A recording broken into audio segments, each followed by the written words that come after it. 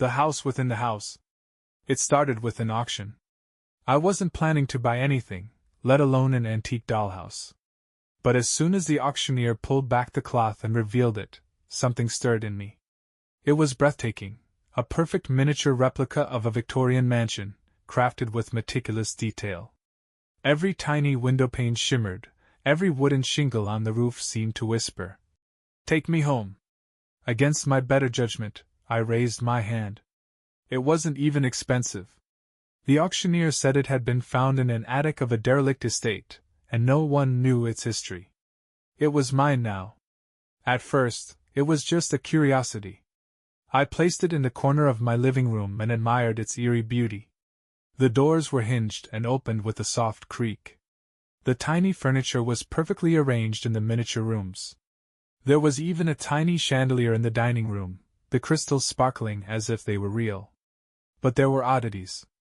The dolls that came with it didn't quite match the elegance of the house. Their faces were crude, their painted eyes lopsided and staring. One doll, a tall figure in a tattered dress, seemed to always be tilted slightly forward, like she was leaning toward me. I decided to leave the dolls in a box. They unsettled me in a way I couldn't explain. The first real sign that something was wrong came on the third night. I was reading in the living room when I heard a faint click. It was so soft that at first, I thought I'd imagined it. Then it came again. Click. Click. The sound was coming from the dollhouse. I crept closer, the hair on my arms standing on end. One of the tiny doors on the second floor was swinging open and closed. There was no breeze, no reason for it to move. I latched it shut and stepped back. That night, I dreamed of the tall doll in the tattered dress. She stood at the foot of my bed, her crooked painted smile wide as she tilted her head, as if studying me. When I woke, the doll was still in its box, but the lid was off. Strange things began happening after that. Lights in my house flickered, but only in the room where the dollhouse was. Objects went missing, only to turn up inside the dollhouse. A pen on the tiny desk, a key on the miniature kitchen table. I stopped touching it, but it didn't matter. Every morning, the tiny furniture was rearranged. The box with the dolls would be open, and one or two of them would be inside the house, seated in different rooms as if they'd been having a conversation. I thought about getting rid of it, but every time I tried, something stopped me. The air in the room would feel heavier, and my chest would tighten, like I was being watched. I convinced myself it was just my imagination. Until the night I heard footsteps. I was lying in bed when I heard the unmistakable sound of tiny footsteps. They clicked across the hardwood floor, soft but deliberate, moving from the living room toward my bedroom. My breath caught as the sound stopped just outside my door. I didn't move. Minutes passed. Then hours. Finally, as the first light of dawn crept into the room, I dared to look. The door was slightly ajar, and one of the dolls, the tall one in the tattered dress, was standing just inside, her painted eyes staring directly at me. I threw the dollhouse into the basement that morning, locking the door behind me. But the noises didn't stop. Every night, I heard the footsteps. They grew louder, heavier, as if something was climbing the stairs. I started sleeping with the lights on, but it didn't help. Last night, I woke to find the dollhouse at the foot of my bed. The tall doll was inside, standing by a window. Her crooked smile was wider than before. I don't know what it wants. I don't know how it moves. But every time I look at the dollhouse, it feels alive. And I swear, the house inside is bigger now. Rooms that weren't there before have appeared, dark and empty. I can see shadows moving behind the windows. The other dolls have vanished, but I hear their laughter sometimes, high and faint, like it's coming from far away. Tonight I'm leaving. I don't know if it'll let me, but I have to try. As I write this, I can hear the footsteps again, closer this time. The tall doll is watching from the corner of the room, her head tilted too far to one side, her smile almost splitting her face. If anyone finds this, don't touch the dollhouse. Don't take it home. It doesn't belong in this world. And neither do they. I didn't make it out that night. I tried. God knows I tried. But every time I approached the front door, I heard something behind me, a faint shuffling, like fabric brushing against the floor. I'd turn, and there'd be nothing there. At first. Then the whispers began. Low and hushed, like a dozen voices speaking at once, but no words I could understand. They followed me from room to room, filling the air with a suffocating hum. I couldn't breathe. I couldn't think. The dollhouse seemed to grow larger in the corner of my eye, stretching taller, its shadow swallowing the walls. And the dolls, they weren't in the box anymore. They were scattered throughout the house. One sat on the kitchen counter, its lopsided head propped against the glass. Another was perched on the staircase banister, its arms outstretched like it was waiting to be carried. But the worst was the tall doll in the tattered dress. She was on the couch, seated primly, her head tilted in that unnatural way, her smile impossibly wide. She wasn't painted anymore. Her face looked real, skin pale and stretched thin, her glass eyes glinting like they held a spark of life. I backed into the corner, clutching my keys like a lifeline. "You're not real," I whispered. "You're just a toy. You're not real." She stood up. The movement was jerky, like a marionette being pulled on invisible strings. Her head twitched toward me, and her mouth, it opened. Not painted. Not static. The smile stretched, teeth sharp and too white. And she spoke. "Stay." The word was guttural, echoing through the room like it had come from the walls themselves. My body froze. I couldn't move, couldn't blink. Her hand lifted, beckoning me closer. My legs betrayed me, stepping forward without my consent, dragging me toward the dollhouse. The dollhouse door was open now, a dim glow spilling out from inside. It shouldn't have been possible, but I could hear the hum of a storm, wind howling, distant thunder rumbling. I could feel the air around it, hot and electric, pulling me closer. "No!" I managed to choke out, forcing my body to stop. The tall doll's head snapped to the side, as if irritated. The other dolls began to shift, crawling out of their places. They were moving now, skittering across the floor like spiders, their tiny limbs bending in ways they shouldn't. They were everywhere, climbing the walls, blocking the door. And the house. Oh God, the house. The light inside was growing brighter, casting shadows of things that didn't belong, long, spindly shapes twisting and writhing in the windows. The front door of the dollhouse creaked wider, and I could see it now. The rooms weren't empty anymore. There were figures inside, small and human-like, moving through the halls. I recognized them. One was me, standing in the miniature kitchen, frozen in fear. Another was my reflection in the hallway mirror, warped and broken. There was even a tiny version of the tall doll, leaning over the tiny version of me, her mouth open, her smile devouring everything. I screamed. I grabbed the dollhouse, my fingers burning against the wood, and hurled it across the room. It shattered against the wall, splinters flying in all directions. The dolls collapsed where they stood, their limbs slack, their glass eyes empty once more. For a moment there was silence. Just the sound of my ragged breathing. I dropped to my knees, trembling, and watched the pieces of the dollhouse settle in the wreckage. Then, from the pile of broken wood, a door creaked open. A soft light poured out, and the tall doll stepped out of the wreckage, whole and unharmed. She was holding something in her hand, a tiny version of the dollhouse. And in the tiny windows, I could see myself, staring out, my mouth open in a silent scream. I don't know how long I've been here now. The walls are shrinking. The air is colder. I hear the whispers again, and the dolls, they're moving closer. If you ever find this house, don't go inside. And if you see the dollhouse, don't touch it. Because if you do, you'll end up here too. Just like me. I don't remember when the walls began to breathe. At first it was subtle, a slow, rhythmic pulsing that seemed to come from the corners of my vision. But now, as I sit here, the walls are alive, expanding and contracting like giant, suffocating lungs. The dollhouse sits in the middle of the room, whole again, pristine, its glow pulsing in time with the walls. The dolls are watching me. Their painted eyes are no longer still. They blink, they shift, they follow my every movement. The tall doll is no longer just a figure.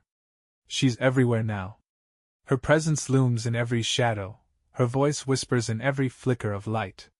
Sometimes I hear her humming a lullaby, soft and sweet, but the tune twists into something dark, something that fills me with dread. I don't sleep anymore. I can't.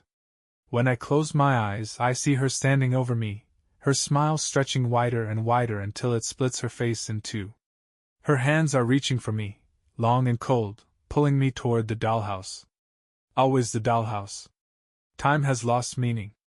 I can't tell how long I've been here, trapped in this nightmare. The house isn't the same anymore. The windows don't show the outside world, they show the dollhouse. Every pane of glass is a portal, and when I look through them, I see myself inside, moving from room to room like a puppet. I've tried to leave. God knows I've tried. But the front door leads back into the living room, no matter how many times I step through it. The same goes for the windows. Once, I smashed one with a chair, but when I stepped through, I was back in the hallway, the glass unbroken behind me. The only constant is the dollhouse. No matter where I go, it's always there, waiting for me. And the rooms inside it keep changing. New hallways appear, endless staircases that spiral down into darkness. Sometimes I think I hear voices coming from them, soft, pleading whispers. I recognize my own voice among them. The worst part is the new doll. I didn't notice it at first, but a few days ago, a new figure appeared inside the house. It's small, dressed like me, and its face is an exact replica of mine. It moves on its own, walking through the miniature rooms, staring out the tiny windows. It doesn't blink. Yesterday, I watched it climb the dollhouse staircase. It stopped in front of a tiny mirror and tilted its head, studying its reflection. Then it turned, and for the first time, it looked directly at me. I swear I felt its gaze, like cold fingers trailing down my spine. The lines between the dollhouse and my house are blurring. This morning, I found myself standing in the tiny replica of my kitchen, unable to breathe, the walls pressing in on me. When I stumbled out, I was back in my living room, gasping for air. But the dollhouse wasn't in the corner anymore. It was on the coffee table, and the tall doll was sitting next to it. She wasn't leaning anymore, she was standing, full-sized, her face twisted into a grin so wide it reached her ears. She whispered something I couldn't understand, and the room tilted. When I blinked, I was back in the dollhouse, staring out of a tiny window. I think I'm fading. My movements feel slow, my thoughts heavy. The doll that looks like me, it's becoming more animated. It walks like I used to, talks like I used to. I've heard it laughing with the tall doll. The sound is hollow, like an echo. I wonder if that's what I sound like now. If you're reading this, you've already seen the dollhouse. You've already felt its pull. I'm sorry. I didn't want this to happen to anyone else. I don't know if there's a way to stop it, but if you find the tall doll, don't look into her eyes. Don't listen to her voice. Whatever she promises, whatever she shows you, it's a lie. The last time I looked into her eyes, I saw the truth. The dollhouse isn't just a house. It's a trap. A maze. And every soul it captures is turned into another doll. Another prisoner. I'm becoming one of them now. My skin feels wooden, my joints stiff. My reflection is gone, replaced by the doll that looks like me. Soon, I won't remember who I was. Please, if you find this, burn the dollhouse. Destroy it before it takes you too. But if you hear the tall doll humming, it's already too late. She's coming for you. I can feel it happening now. My fingers don't bend the way they used to. They creak when I move, stiff and splintered. My reflection, if I can even call it that anymore, isn't mine. The face in the mirror is painted, its eyes glassy and cold. When I speak, the sound comes out in a hollow whisper, like air escaping from a crack in wood. I don't think I have much time left. The dollhouse is alive, pulsing with light and sound. I can hear it calling me, its doors open wide, its miniature rooms stretching out like a labyrinth. The tall doll stands at the edge of the house, her head cocked to the side as if she's waiting. She doesn't need to move anymore. Her presence fills every corner of the room. The other dolls are watching me too. They'd gathered around the dollhouse, their limbs twisted in unnatural angles, their painted smiles frozen in grotesque mockery. They're waiting for me to join them. I've tried to resist. I've tried to fight, to keep some part of myself alive. But it's getting harder to think, harder to remember who I was. The house is inside me now, its walls closing in, its whispers filling my mind. I found a notebook, though I don't remember picking it up. My handwriting is shaky, uneven, but I need to write this down. Maybe someone will find it. Maybe someone can stop this before it happens to them. The dollhouse feeds on us. It pulls us in, piece by piece, until there's nothing left but a hollow shell. And then it makes us part of it. Another doll for its collection. Another soul trapped in its endless rooms. I'm afraid to look at the dollhouse now. The tiny windows show something new, another figure, small and painted, standing in the living room. It's me. It's wearing my clothes, moving like I used to. It's smiling. And it's waving. I've realized something terrible. The dollhouse doesn't just want me. It wants to replace me. The longer I stay here, the more it takes from me, my voice, my face, my memories. The doll that looks like me is growing stronger, more alive. Soon, it'll step out of the dollhouse, and I'll be the one trapped inside. I don't want to go. I don't want to become one of them. But the tall doll is coming closer now, her painted grin splitting wider, her hands reaching for me. The air is thick with her presence, and the dollhouse hums with anticipation. This is my last chance. I've gathered every match, every bit of kindling I could find. The dollhouse is wood, it has to burn. Even if it takes me with it, even if I don't survive, I can't let it take anyone else. I'm lighting the match now. The flame dances in my hand bright and warm, and for the first time in days, I feel something like hope. But then the tall doll moves. She's faster than I thought, her limbs jerking forward like a marionette on tangled strings. Her hand clamps over mine, snuffing out the flame. Her face is inches from mine now, her glass eyes boring into me. And for the first time, she speaks clearly, her voice a soft, mocking whisper. You're already home. The last thing I see is the dollhouse door swinging open, its glow spilling out like a hungry maw. The walls around me dissolve, replaced by miniature rooms that stretch forever. I can feel the change now, my body shrinking, my limbs hardening. And then silence. If you find this notebook, please destroy the dollhouse. Don't look inside. Don't listen to the whispers. And if you hear the tall doll humming, run. Don't stop. Don't look back.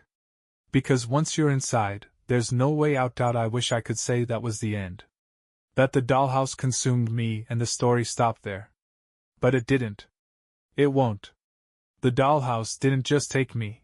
It keeps me moving, keeps me thinking, just enough to feel the horror of my new existence. I'm not alone here. There are others, dolls that move like me, with hollow eyes that once belonged to someone else. They don't speak, but I can feel their despair, their screams trapped in silence. The house isn't static. It grows, twisting its hallways, adding new rooms that stretch on and on. There's a staircase I've been climbing for what feels like days, but it doesn't end. It never ends. Sometimes I glimpse the real world through the windows. I see the house I once lived in, the empty rooms now devoid of me. The doll that replaced me walks through those rooms, wearing my face, living my life. My friends, my family, they don't notice the difference. That's the worst part. No one knows I'm gone. I've begun hearing new voices. They whisper from the cracks in the dollhouse walls, faint and desperate. At first I thought they were like me, trapped souls, begging for freedom. But now I'm not so sure. The voices don't just call for help, they call for me. They know my name. They tell me to go deeper, to find the heart of the house. I don't want to listen. But the house, it pulls me. Every step I take feels less like my own choice and more like an invisible thread tugging me along. And the tall doll? She's always watching. Her glass eyes are everywhere, in the mirrors, in the windows, in the reflections of the polished wooden floors. I feel her gaze even when I close my eyes, her crooked smile etched into the back of my mind. She whispers sometimes. Her voice is soft, almost kind. She tells me I belong here, that I've always belonged here. I don't believe her. But part of me wonders if she's right. I've found a new room. It wasn't here before, I'm sure of it. The walls are dark and slick, and the air is heavy, like the house itself is breathing. In the center of the room stands a pedestal, and on it rests a tiny, beating heart. It's not made of flesh, it's wood, but it pulses with life, its surface cracked and oozing sap. I know what it is. The heart of the house. The whispers are louder here, urging me to destroy it. Free us, they beg. End it. But the tall doll is here too, standing in the doorway. Her head tilts, her grin wide and knowing. She doesn't try to stop me. Instead, she gestures toward the heart, inviting me to make a choice. If I destroy the heart, will it end this nightmare? Or will it destroy me too? I don't know. But I can't stay here. I can't keep climbing endless staircases, wandering infinite hallways, watching the life I lost through windows I can never reach. I reach for the heart. It's warm under my hands, pulsing faster, harder, as if it knows what's coming. The whispers grow frantic, pleading. And then, as I squeeze, I hear her laugh. If you're reading this, it means I failed. Or maybe I succeeded. Maybe the house let this message escape, as a warning. Or a trap. Either way, you've seen the dollhouse now. You've felt its pull. Do yourself a favor, don't let it in. Don't let her in. Because once she has you, there's no way out. Not for me. Not for anyone. As my hands closed around the heart, it fought me. The pulse grew stronger, faster, almost frantic. My fingers sank into its sap-sticky surface, and for a moment, I thought I heard a scream, not mine, not the tall doll's, but something deeper, something ancient. The walls trembled. The room around me blurred, flickering between the dollhouse and the world outside. For the first time in what felt like years, I saw sunlight through the windows, warm and golden. I squeezed harder, sap running between my fingers like blood, and the whispers grew deafening. Free us, they begged. But you can't leave. The tall doll moved closer.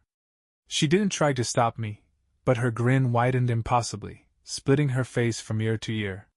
Her eyes gleamed, not with anger, but with something worse, amusement. You think this will end it? She hissed, her voice like rusted nails scraping against glass. It only begins again. I didn't care. I crushed the heart. The scream that followed wasn't human. It tore through the air, shaking the walls, the floors, the very foundation of the house. The room split apart, splinters and shards flying as the dollhouse began to collapse in on itself. The tall doll dissolved into shadow, her laughter echoing even as she disappeared. For a moment I thought I'd won. I thought I was free. But as the house crumbled I felt it, pulling, dragging, consuming. The floor gave way beneath me, and I fell, tumbling into darkness. I landed on something cold and hard, and when I looked up, I was back in the dollhouse. But this time, it was different. I wasn't a person anymore. I'm part of it now. I don't know what I look like. I can't see myself. But I know I'm here, in the house, in the walls, in the whispers. I can feel the pull, the way the house draws others in, luring them with its beauty, its promises. I can't stop it. I can't warn them. But maybe you can. If you ever see a dollhouse, an old, beautiful, perfect replica of a Victorian mansion, turn away. Don't let it into your home. Don't let it into your life. And whatever you do, don't touch it. Because if you do, you'll end up here, just like me. Trapped. Forever.